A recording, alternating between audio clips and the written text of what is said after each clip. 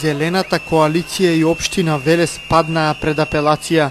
Повисокиот суд ја отфрли жалбата и ја потврди првостепената одлука на основниот суд во Велес, ништо од барањето државата да го признае 3-децениското загадување и да изврши деконтаминација на земјиштето во длабочина од 60 см.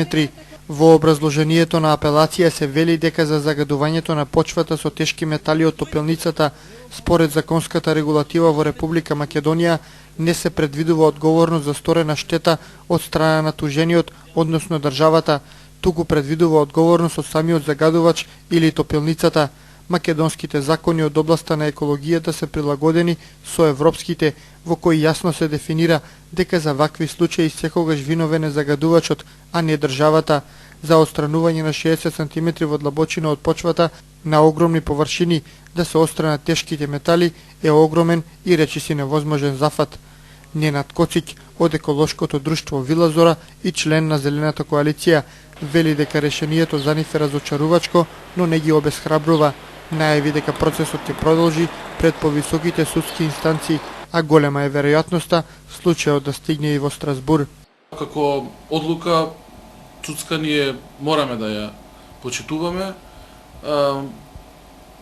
Наша должност е да ја почитуваме, меѓутоа наше право е понатаму да си ја бараме правдата пред повисоките судски инстанции, па и предпоставувам дека натаму ќе отработите пред Меѓународниот суд во Страсбур, кој што сметам дека најнепристрасно и најслободно ќе одлучи дали во Велес имало или немало загадување, дали во Велес имало или немало штета врз луѓето и дали сето тоа треба да биде премолчено и заборавено или треба јавно да се каже, осуди и барем да не се повтори во иднина на друго место, па и во Велес.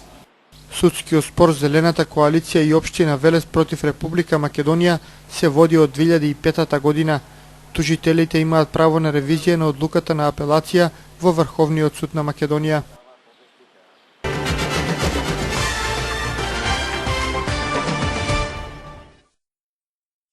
Нема зголемување, туку намалување на обемот на работа во јавното комунално претпријатие Дервен. За разлика од истиот период лани, претпријатието има намалување на производството на вода за 6%, 27% намалување на одржувањето на јавно-прометните површини, а за одржување на зеленило се водат и парцели на кои нема трева. Наспроти ова пак за непол месец во претпријатието се вработија 63 партиски војници на ДПМН. Вака денеска реагираше советничката група на СДСМ за изгласувањето на точката за извештајот за работата на Дервен за првиот квартал од годинава. Предпријатието оваа година има помал приход, но тоа не ги спречило да трошат повеќе пари од истиот период лани. Епа еве како функционираат новите кадри од новиот бран на ВМРО ДПМН. И покри лошите резултати, и покри намалениот обем на работа, новиот директор се покажа како одличен партиски послушник, со зголемување на бројот на систематизацијата за нови 38 работни места. Според опозицијата, превработеноста во Дервен ќе предизвика негативни последици како за претпријатието, така и за граѓаните. И единствен излез од сето тоа ќе биде или зголемување на некои од услугите, или зголемување на цената на водата, иако до сега упорно не убедуваат дека такво нешто нема да се случи. Верувајте, јавното комунално претпријатие со тие средства кои што ги има во моментов, а и ви укажав дека приходите им се помали во однос на ланската година во првите 6 месеци, е јасно дека не може да издржи. Од СДСМ им порачаа, наместо да го превработуваат комуналното претпријатие, да донесат инвеститори кои ќе отворат нови работни места.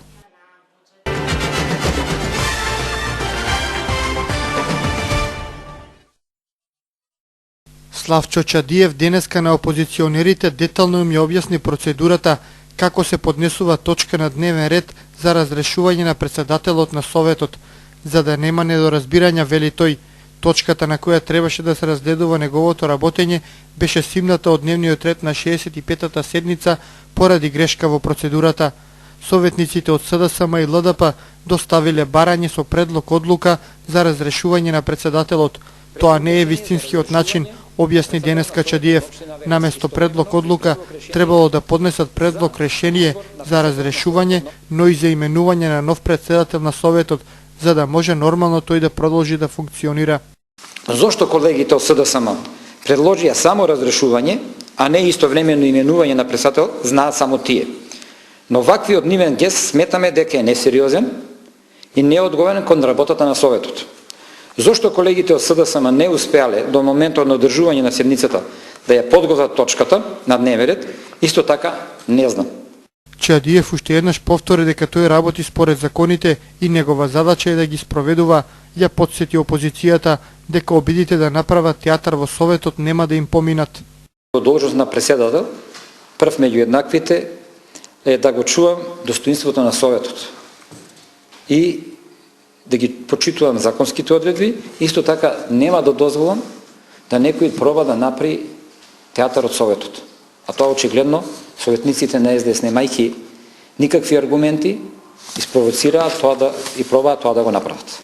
Инаку опозицијата побара да се гласа доверба за председателот поради одлуката за преостапување на хотелот во Врановци на општина Чашка, со која според нив е направена штета на градот и не е заштитен неговиот имот.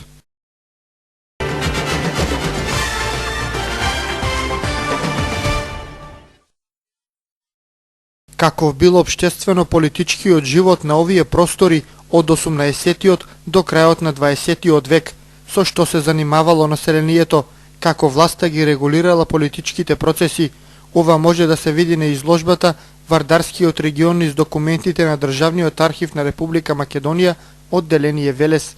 Најстариот документ датира од 1768 година. Најстариот документ изложен ќе биде кој што датира од 1768 година, тоа не е купопродажен договор.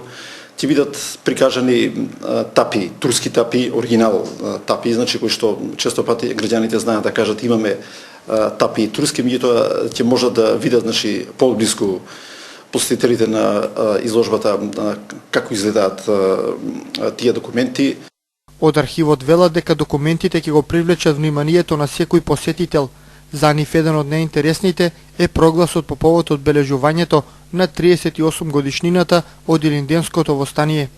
Најдовме интересен проглас кој што стварно бевме воодушевени од тој проглас. Тоа е по повод одбележувањето на 38 години од Илинденското востание. Значи 1941 година велешани, значи Благој Хаджипанзов и Милан Шурков го изработуваат плакат. Во Скопје го даваат да се печати во печатницата на Крајничанец, тој е Велешанец. Плакат кој што низ целата содржина се среќава зборот и пише македонски народ. Контра, значи се оди на бугарската власт. Изложбата ќе содржи 30 паноа, ќе има документација за Велес, Градско Чашка, Неготино, Росоман, Кавадарци, Демир Капија и Гевгелија. Квалитетот на документите е одличен, а под секој има агенда која го дообјаснува. На тој начин посетителите ќе добијат реална слика за животот од тој период. Да се види како действувале властите во тоа време. Дали се тоа српската власт, дали е бугарска или па од 44 година навака од ослободувањето до 90 година, сето оноа што се случувало во овој дел од Вардарскиот регион. Зошто населението на овие простори не сакало да носат капи, шајкачи, оригиналните пасоши на родителите на велешкиот Гемиџија Коста Кирков и уште многу други интересни документи може да се видат на изложбата која ќе се отвори во понеделник во ликовниот салон од 13 часот.